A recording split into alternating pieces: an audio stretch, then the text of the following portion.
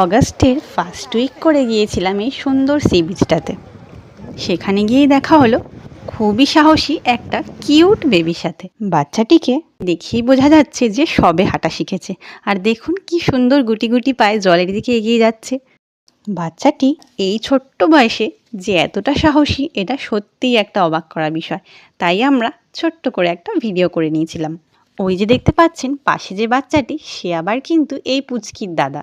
আর ওদের মা কাছেই ছিল, কিন্তু ওদেরকে একা ছেড়ে দিচ্ছিল।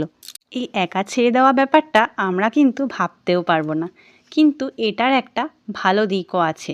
কি বলুন তো, এই বাচ্চাগুলোর মনে ছোটোবেলা থেকেই জলের প্রতি যে ভয়টা, সেটা কিন্তু একদমই দূর হয়ে যাচ্ছে, যেটা বড় হলে ওদের অনেক উপকারে আসবে।